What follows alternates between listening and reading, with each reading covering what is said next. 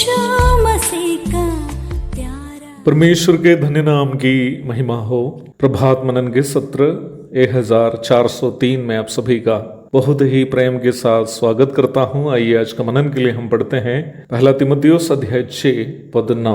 पर जो धनी होना चाहते हैं वे ऐसी परीक्षा और फंदे और बहुत सी व्यर्थ और हानिकारक लालसाओं में फंसते हैं जो मनुष्यों को बिगाड़ देती हैं और विनाश के समुद्र में डुबा देती है। प्रभात मनन के पिछले सत्र में हम ये मनन किए थे कि धनी होने की इच्छा हम विश्वासियों को किस प्रकार परीक्षाओं में फंसाती है। हम ये भी मनन किए थे कि प्रत्येक परीक्षा अथवा टेम्पटेशन का मूल स्वभाव परमेश्वर से हमारा प्रेम को परखना है। आज हम ये मनन करेंगे कि धनी होने की इच्छा हमें कैसे फंदों में फंसाती है। परीक्षा और फंदा दोनों में एक महत्वपूर्ण अंतर है। परीक्षा अथवा टेम्पटेशन के विषय में याकूब 1:14 में हम इस प्रकार पढ़ते हैं, परंतु प्रत्येक व्यक्ति अपनी ही अभिलाषा से खींचकर और फंसकर परीक्षा में पड़ता है। इसका मतलब मनुष्य परीक्षा की ओर खींचा जाने का एक मुख्य कारण अपनी ही अभिलाषाएं हैं जो अपने शरीर में हैं, जो बाप दादाओं से वो प्राप्त किया है। भजन 51 की 5 और रोमी अध्याय 7 की 15 से 17 तक के पद भी आप पढ़ लीजिएगा। फंदा के संबंध में बोलो तो यह किसी दूसरे के द्वारा हमें फंसाने के लिए किए जाने वाला कार्य है। बड़ी मछली को फंसाने के लिए बंसी में फंसा कर रखने वाली छोटी मछली बड़ी मछली के लिए एक फंदा है। घरों में चूहे को फंसाने के लिए जो छोटी सी पेटी हम रखते हैं, मुझे उसका नाम नहीं मालूम, उसमें चूहे के लिए जो आहार रखा जाता है वह चूहे को फंसाने के लिए रखने वाला फंदा है। नीतिवचन अध्याय 7 में हम पराये स्त्री के द्वारा फंसाए जाने वाला एक मूर्ख मनुष्य के बारे में पढ़ते हैं। उस अध्याय की 22 एवं 23 पदों में उसके बारे में हम इस प्रकार पढ़ते हैं, वह तुरंत उसके पीछे हो लिया जैसे बैल कसाई खाने को, या जैसे बेड़ी पहने हुए कोई मूढ़ ताड़ना पाने को जाता है। अंत में उस जवान का कलेजा तीर से बेधा जाएगा।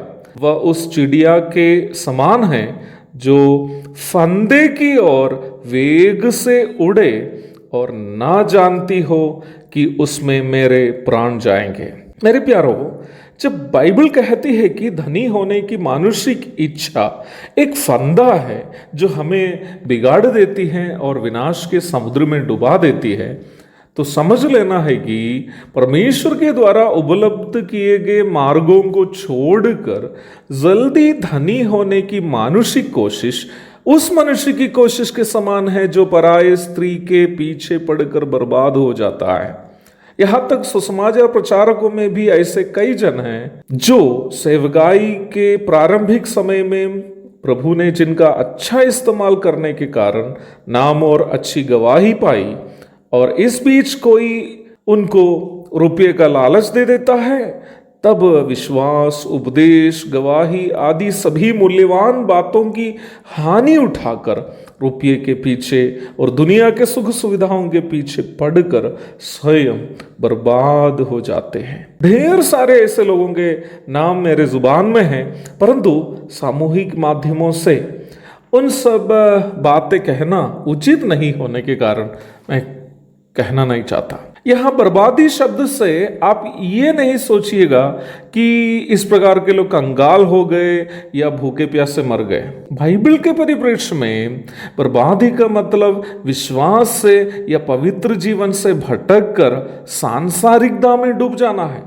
बाइबल के मूल सिद्धांतों से भटक कर आप या मैं इस दुनिया में कितनी भी सुख सुविधाएं कमाएं, वे सब हमारे लिए उन फंदाएं हैं जो हमें मसीह से और वचन की शिक्षा से और स्वर्गीय आशीषों से वंचित कर देते हैं।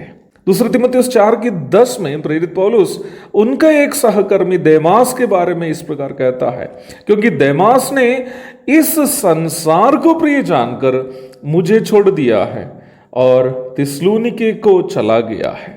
इसका ये मतलब नहीं है कि देमास पौलुस को जैसे छोड़ दिए तो भूखे प्यासे मर गया है, परंतु यह है कि उन्होंने सेवकाई में विश्वासघात किया और गवाही को नष्ट किया और परमेश्वर से अधिक संसार को प्रिय जाना। मुझे सुनने वाले प्रिय भाई बहनों, विशेषकर प्रभु के दासों, आपके लिए मैं अपना एक अनुभव कहते हुए आज का ये मनन समाप्त करना चाहता हूँ। कुछ वर्षों के पूर्व, ठीक से कहूँ तो लगभग 4-5 वर्षों के पूर्व, अमेरिका से एक अरबपति करिश्माटिक प्रचारक मुझसे संपर्क किया।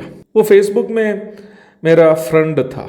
वो एक हाई प्रोफाइल अमेरिकन प्रचारक था। वो मेरे द्वारा कटिहार में आयोजित कुछ कैंप और कॉन्फ्रेंस के वीडियो, फोटो आदि फेसबुक में शायद देखा था। वो चाहता था कि भारत में वो अपना कुछ कार्यों को करे और मुझे वो अपना सहकर्मी इन कार्यक्रमों में बनाना चाहता था। अपना सहयोगी बनने के लिए वो भारत में अपना पहला इन्वेस्टमेंट जो करेंगे उसके 30% देने का मेरे साथ वायदा किया था, जो लगभग मेरे अंदाजा से 30 लाख रुपए थे।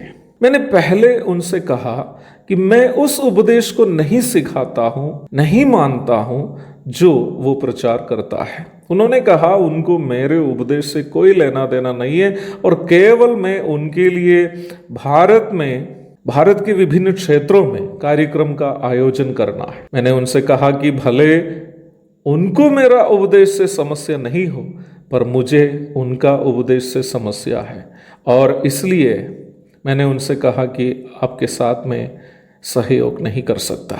मैंने उनसे ये भी कहा कि आप मुझे जितना बड़ा प्रचारक के रूप में समझते हैं, सोचते हैं, उतना मैं नहीं हूं।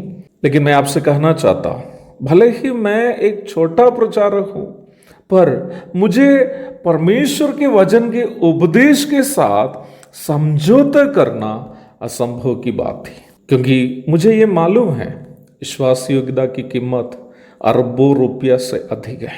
मैं ये आपके साथ इसलिए बांटा कि आप भी सावधान रहें। मैं ये नहीं कर रहा हूं कि आप सबसे मैं बहुत महान हूं, केवल उन छोटे छोटे अनुभव जो मेरे साथ हुआ और उसे पार करने के लिए प्रभु ने मुझे जो अनुग्रह दिया है उसे मैं आपके साथ बांट रहा हूं। सेवकाई में जब आप आगे बढ़ते हैं तो आपको उपदेश से, पवित्र जीवन से आदि से भटकाने के लिए शैतान धन का लोभ नामक फंदा लेकर आएंगे। प्यारो, याद रखे, अरबों रुपये से अधिक कीमत पवित्र जीवन, उपदेश में शुद्धता एवं विश्वास योग्यता के लिए है। विश्वास योग्य रहिए प्यारो, जरूर प्रभु आपको एक दिन आशीष करेंगे।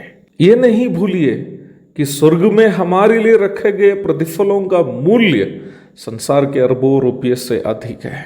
एक और शुभ दिन की धन्य कामनाओं के साथ आज का मनन का मैं यहाँ पूर्ण विराम करता हूँ। प्रभु आप सबको आशीष दे। आमीन।